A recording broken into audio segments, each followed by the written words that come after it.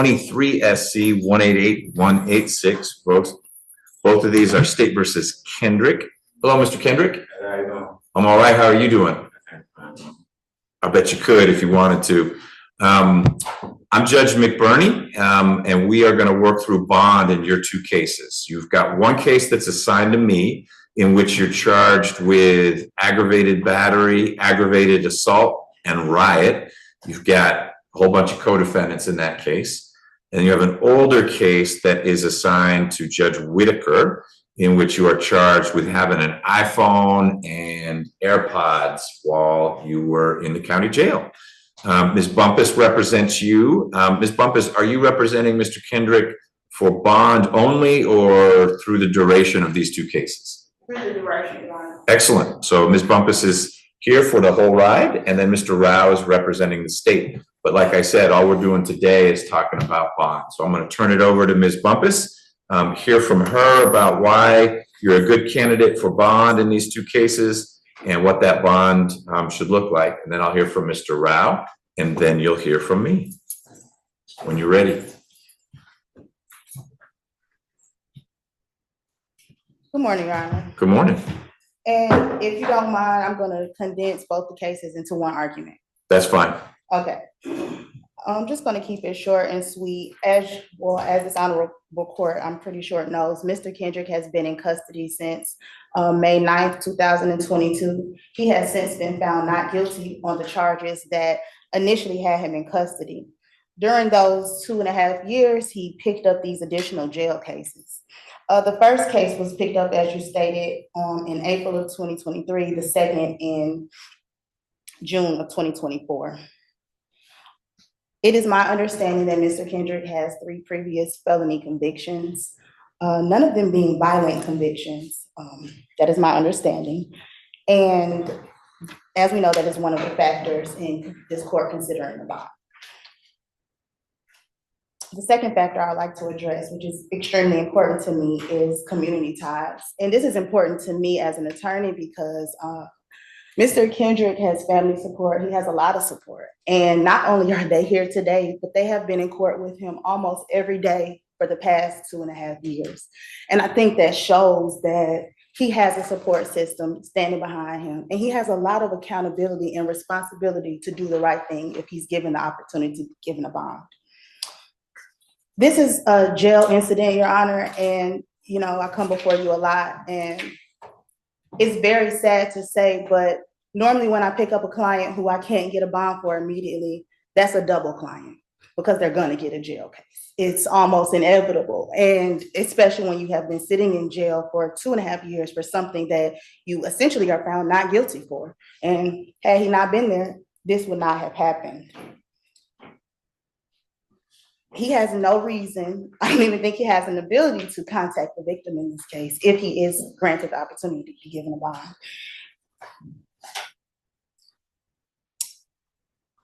Also, I would like to talk about the aggravated assault, aggravated battery, and riot charges.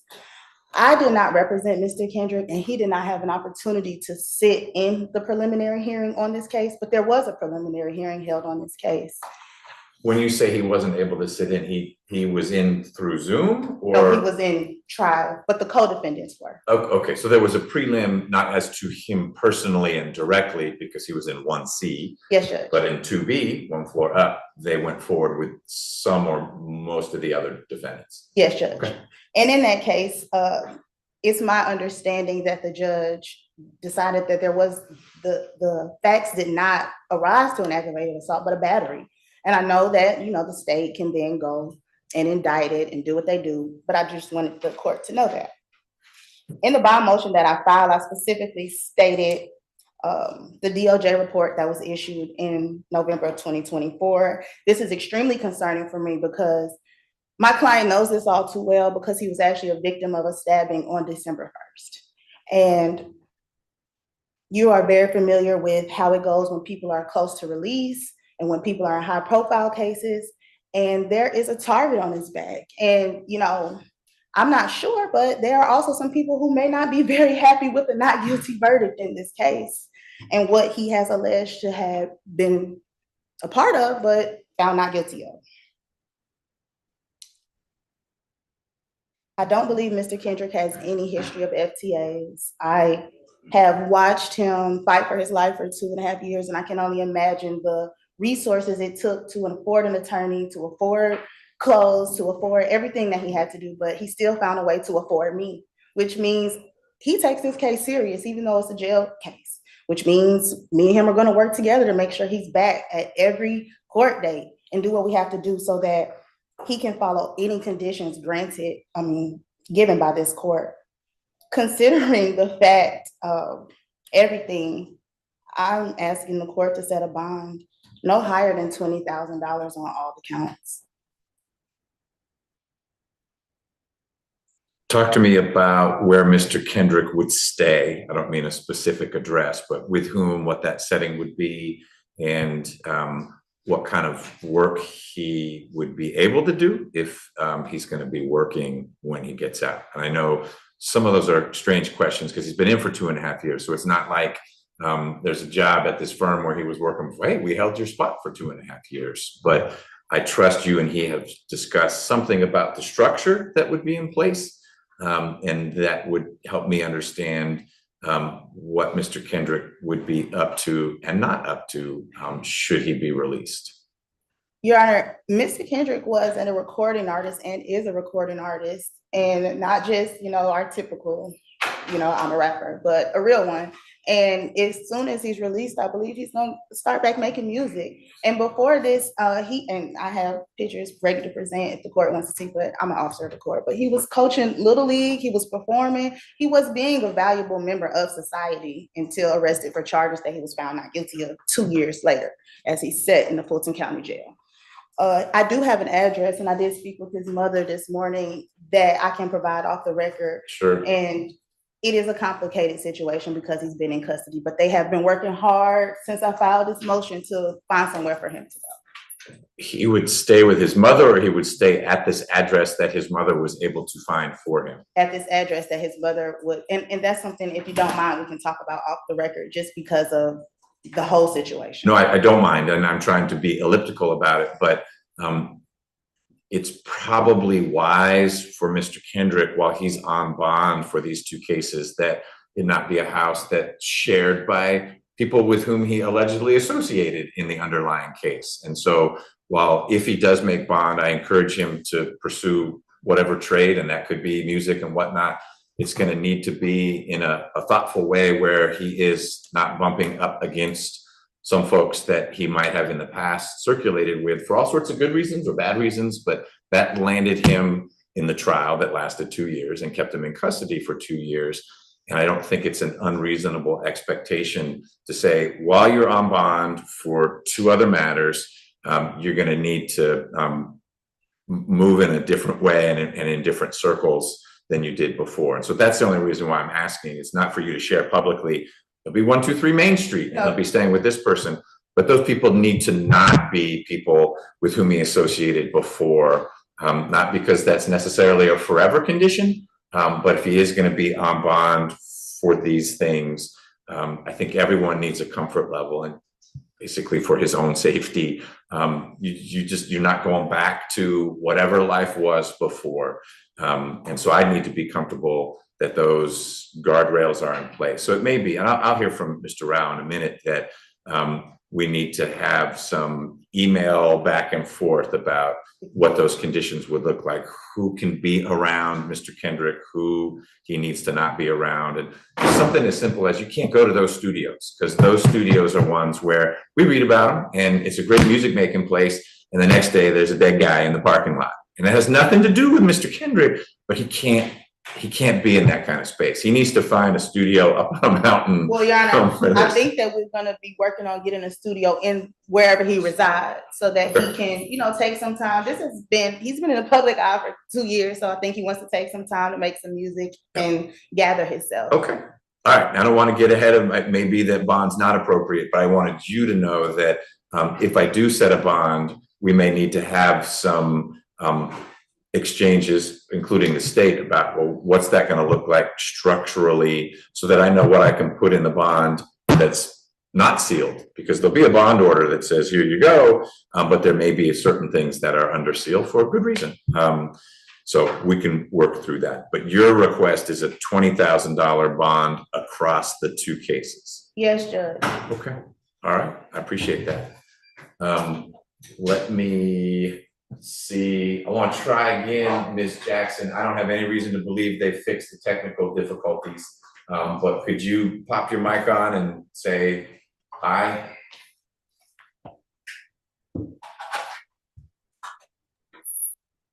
Hi, can you hear me, Your Honor? Okay, yeah, it didn't work again. It's not on your end. It's something happening here because everyone who is not in court can hear what you're saying.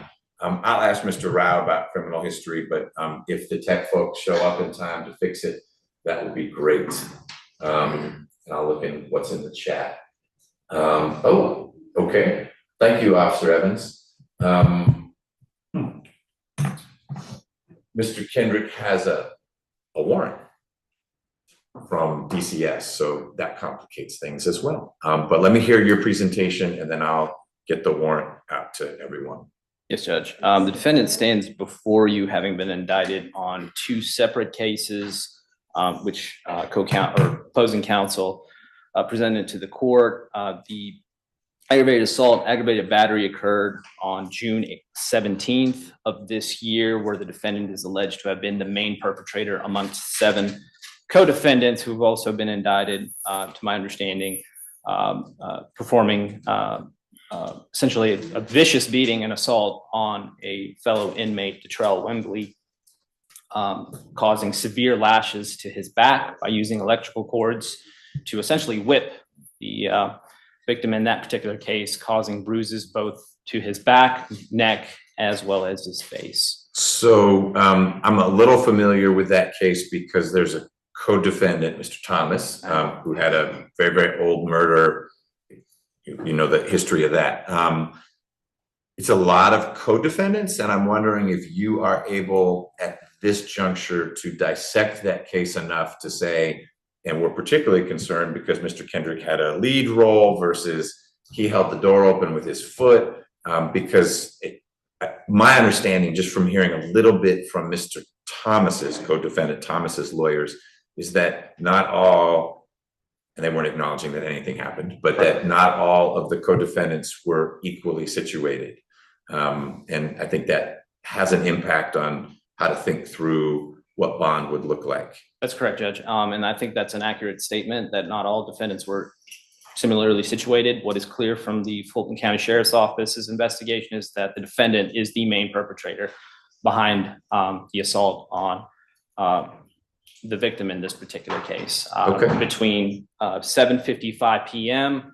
On the night of June 16th up until 8 a.m. the following morning is when the assault is alleged to have occurred. And the reason why they're able to provide that time frame is because in that surveillance video that they observed, Mr. Kendrick appears to be the main perpetrator going into the cell where the victim was, and he remained there the entire time. And by he, I mean the victim. The victim remained there. Got it. Let me pause you for 1 second. IT thinks they fixed the situation. Let's try Officer Evans. Officer Evans, can you? Yes, Your Honor. Look at that. It's better. Thank you so much. Thank you, Ms. Yes, Your Honor. All right. Somehow that device's volume got turned down, but we're back. All right. So your view from a review, your perspective from a review of the evidence is that Mr. Kendrick would have been the lead, if you will, on the assault. I'm going to call it the assault case. That's correct. And in addition to that, the Sheriff's Office had an opportunity to speak with Mr. Kendrick. And essentially, there's a lot of commotion in the background because it's on a body camera footage. But they were able to secure a statement from Mr. Kendrick and Mr. Kendrick or from Mr. Wimberly? Both, but with respect to Mr. Kendrick, it's essentially he's saying, what else am I going to do? It's about respect. They're stealing my stuff. I got to do something. So I would disagree with the assertions that this is just a battery. And I think I'm more than happy to share the photographs with the court, and the court can make that judgment as well. But we are respectfully asking, in conclusion, that the court deny bond in both cases. I will recite to the court the defendant's criminal history. He does, in fact, have 3 prior convictions. One out of Maricopa County, for which he was convicted for theft by shoplifting and possession of drug paraphernalia on April 9th, 2015. The defendant then subsequently secured a conviction for felon in possession of a firearm. This appears to be a federal case that was prosecuted by the Northern District of Georgia, from my understanding of the NCIC and GCIC, for which he was sentenced on February 22nd, 2017. And I do see at least a probation violation on 2020. There wasn't any further information as to why, whether it was a technical or substantive violation.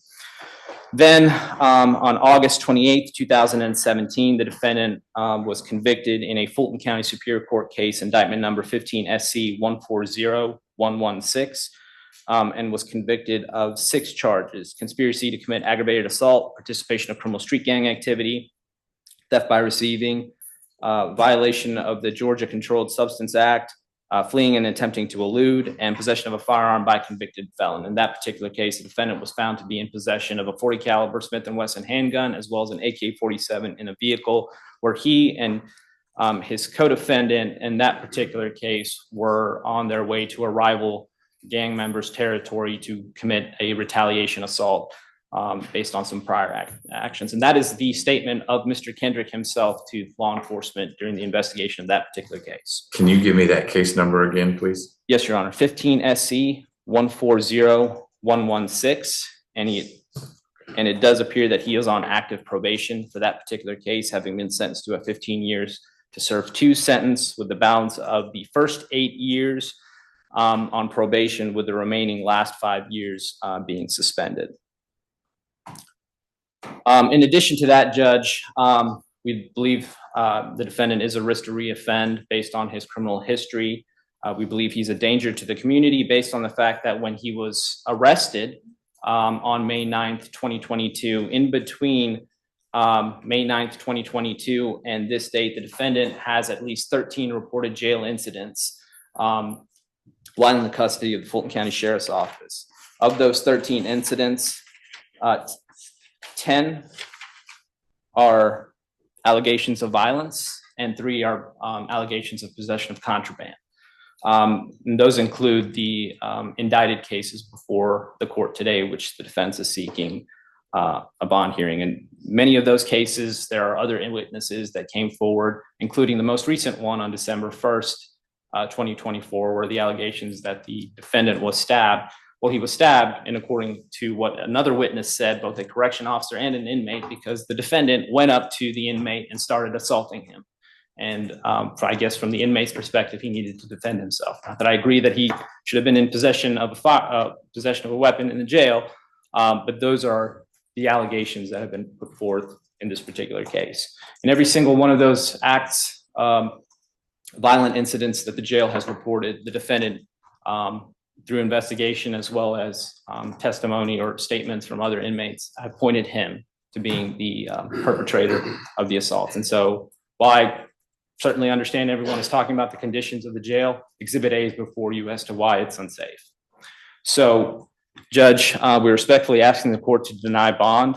We believe that the defendant is a danger to the community, a risk to reoffend, and a potential risk of flight given the circumstances of his arrest on May 9th, 2022, when he fled the scene after a search warrant was executed on the residence where the defendant was at the time.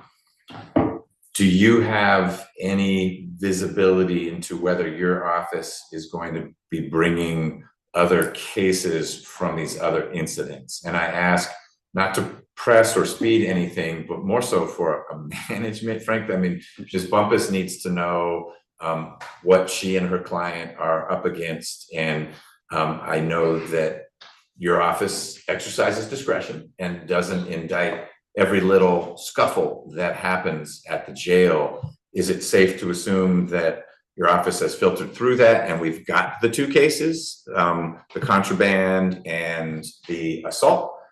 Or what's your sense? I know you're not committing the office, you're not in that unit, but you do have some managerial perspective. From my understanding, Judge, there is one unindicted case that's been brought to our office. So I'm going to take a look at that and make a determination. With respect to the other ones, without committing anything to the court, I don't believe we will be going forward on any of those. Okay, so they would be at most, if Mr. Kendrick would go to trial, could be 404B or could be linked to one of these other situations. Or it would be something in aggravation at a bond hearing or at a sentencing hearing. That's is correct. Your best forecast with maybe one exception. That's correct. Okay, all right. Thank you, Judge. Thank you. Ms. Bumpus, want to give you the last word. I'm gonna not be able to rule immediately because I need to look into the probation situation that was just brought to all of our attention. And certainly want to understand that before I do something on this. Yes, Judge. And it is my understanding that the allegation of the likelihood of reoffending, I just want to revisit that because the last time that my client committed a crime was in 2015, 10 years ago. And well, minus these jail cases. Right. I don't know the federal one. It sounds like that was resolved in 2017, but that doesn't mean it wasn't 2014 conduct. Your Honor, it's the feds picked up this state case. So they're not two separate crimes. Got it. This 2015 is the federal case. All right. So there just was dual sovereigns and Mr. Kendrick got squeezed in both places. Yes, Judge. So not two separate acts. And me saying that, I don't know if this brings any or can help us get clarity on the warrant because my client's understanding is that the federal probation then trumped the state probation and he was to be reporting to federal probation because they had taken over this case. Well, I don't think legally it would be that the state probation goes away. There's supervised release. That's what they call it on the federal side. And it may well be that Mr. Kendrick had a very clear understanding with DCS, state probation. Hey, you report to those federal folks. But that doesn't mean there wasn't a probation clock ticking and running throughout. And so what's been brought to my attention is that there may be a probation warrant situation as a result of these two cases. So as is par for poor Mr. Kendrick, everything's all connected. And so it may be deemed a violation of his state probation from the 2015 case that he got mixed up with having contraband and was allegedly part of the assault of Mr. Wimberly. And you know that's how it flows. And so if that warrant is out there, then we need to work through that and setting a bond doesn't make a lot of sense until that warrant is addressed. You know full well, once that warrant is addressed or if it's lifted or it's dismissed, or I don't know that judges tend to set bond on probation warrants, but if so, then we don't need to reconvene this session. I'll know that warrant's out of the way. And then it does make sense to think about what a bond would look like for Mr. Kendrick for the two cases for which you represent him. If there is a warrant, that will just be a little additional time that you can work with Mr. Rao to figure out, is there going to be a third matter or is this our universe, the assault case and the contraband case? Okay, Your Honor, and just in closing, I just wanted to reiterate for the record that those two, the federal case and the state case, are one occurrence. I got it. And that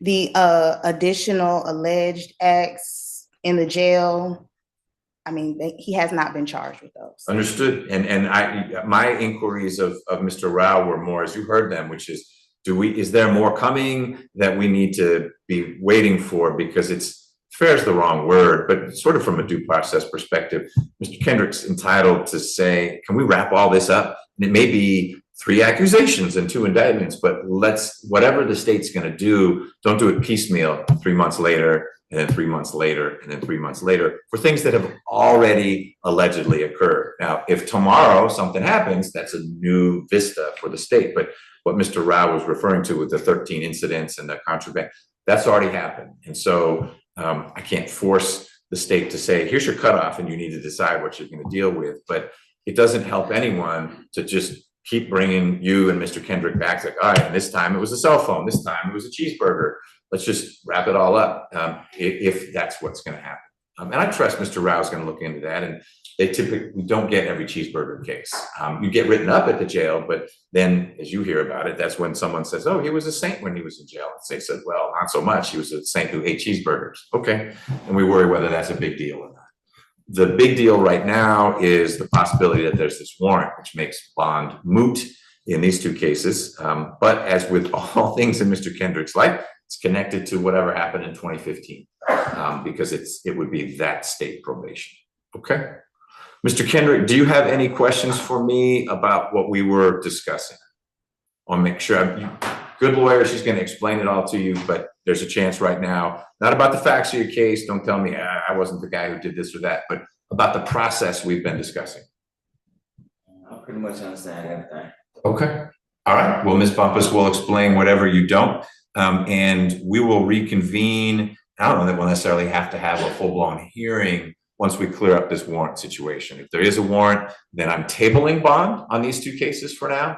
If there's not a warrant or it's lifted or something, then I'll need to have a little bit of that offline discussion with you, Ms. Bumpus, and Mr. Rao about where Mr. Kendrick would be and how that would be structured. So I can see if I'm comfortable that there's a set of conditions that would keep Mr. Kendrick safe and also keep him out of the kinds of things that he needs to stay out of until he resolves these two cases. And Your Honor, how am I gonna, can someone email me about the probation? Or I will keep everyone in the loop. Okay, thank you, Okay. Judge. All right, Mr. Rao, anything else from the state? Yeah. All right, for those of you who were here for Mr. Kendrick, thank you for being here. I'm sorry you had to give up your phone. You'll get it back when you leave. And Your Honor, that concludes my business. May I be excused? Yes, ma'am. Thank you for being here.